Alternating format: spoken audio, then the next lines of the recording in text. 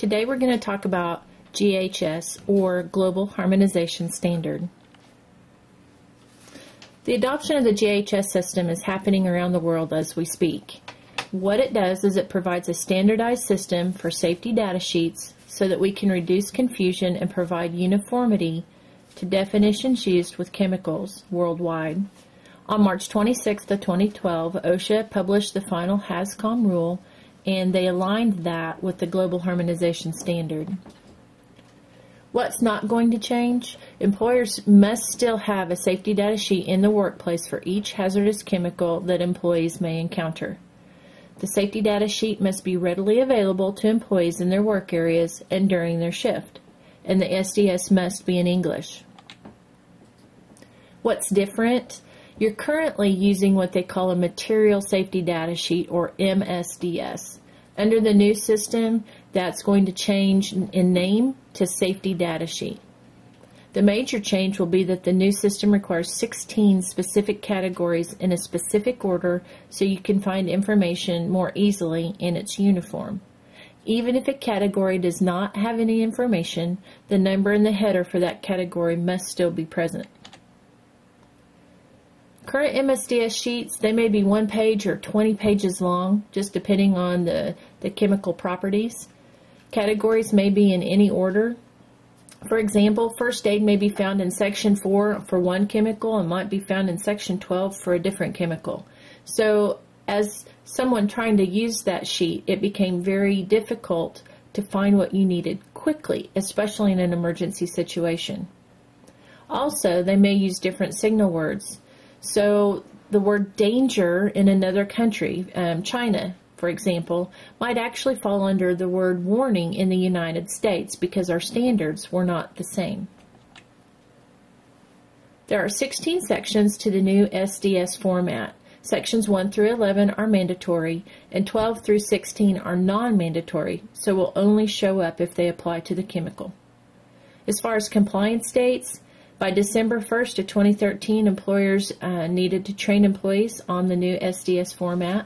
And by June 5th of 2015, all SDS must be in the uniform format as prescribed. So we have roughly a year and a half left to get everything up to speed and running the way it should. As far as specific sections, we won't go into a lot of detail, but the first one just identifies the product, the recommended use, the name, address, and phone number of a manufacturer, and an emergency phone number that you can use. The second section is hazard identification. So that's where it's going to give you the chemical name and that signal word that we talked about, and maybe any hazard statements that might be useful for you before beginning work with that chemical. Section 3 gives a composition and information on ingredients. This is where you might go to see if there's something that you're going to react with, maybe you're allergic to, things of that nature. Section 4 will be your first aid measures.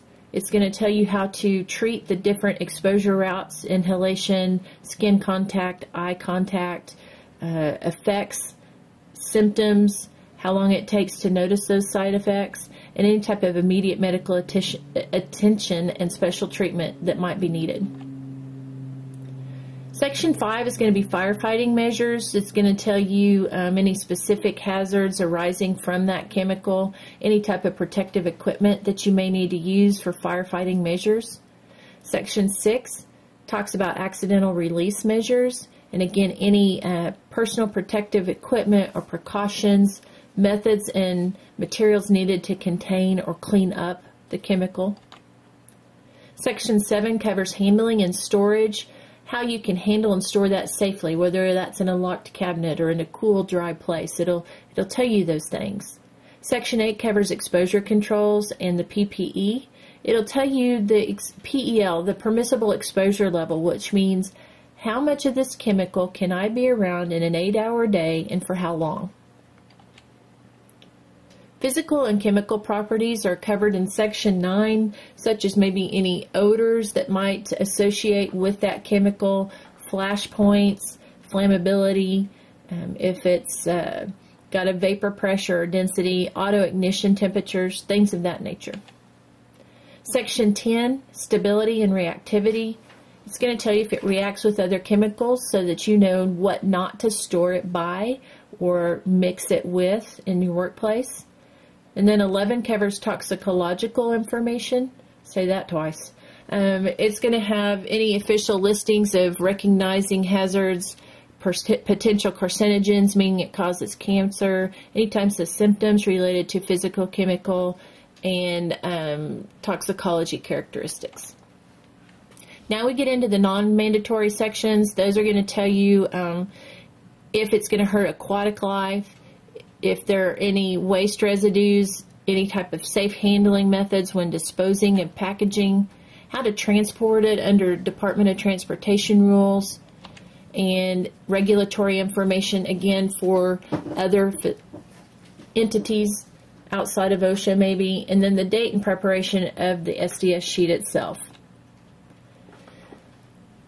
What we do then is we take the information off that safety data sheet and we put it on a label so that you can have specific information very quickly. And this applies not only at work but at home as well. You can pick up something like an aerosol can of hairspray and you're going to find some of this information on there. You have that chemical name, the identifier, you're going to have a signal word, and again we're down to just 2, and they're danger and warning, where under the old system we had multiple. An example would be the word caution. That no longer exists under the new standard. Danger is used for more severe hazards, and warning is used for less severe hazards, and that's the 2 classifications you'll see moving forward. Here's an example of the new safety data sheet format. This came off the OSHA website, and so this is their example that they wanted covered with employees, but you've got that NFPA diamond up in the top left-hand corner. That'll give you a quick visual of the hazards associated with the chemical, and then you can see there section 1 and 2, some pictograms down at the bottom in the red diamonds, and we'll go over those in more detail in just a moment. But all your sheets moving forward will be in this same format. As far as the pictogram, there must be a pictogram on the chemical. It must be in the shape of a square on point, so basically a diamond. It includes a black hazard symbol on a white background with a red frame. There we go. There are only 8 pictograms designated and recognized by OSHA. So here they are. You've got the health hazard up in the top left-hand corner, then flammability. The exclamation mark is going to tell you if it's a skin sensitizer or an irritant. That second row on the left, you can see a gas cylinder, so gas is under pressure. Corrosive is in the middle, so if it's corrosive to your eyes or your skin or to metals. As you can see, everything's pretty self-explanatory.